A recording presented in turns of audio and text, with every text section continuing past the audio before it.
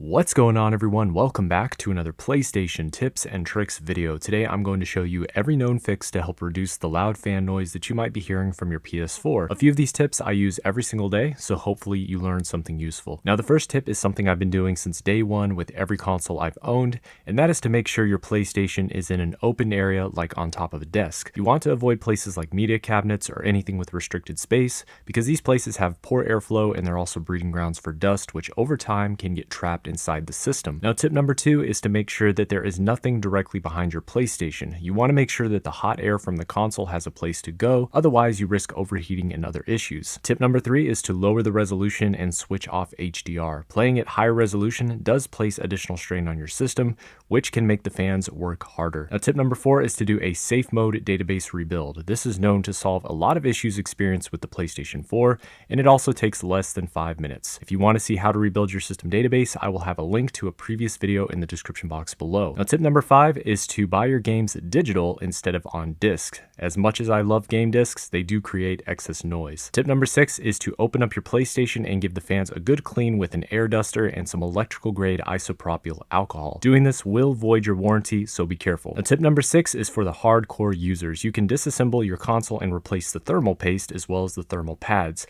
I wouldn't recommend doing this unless you're technically skilled and okay with avoiding your warranty. Tip number 8 is to upgrade to an SSD. Since SSDs have no moving parts, you can expect less noise from your console. And lastly, tip number 9 is to trade in your PS4 for a later Pro model like the CUH7200, which has been reported by many sources to have less fan noise. But there you guys have it. I hope that you all enjoyed this video and found it useful or interesting.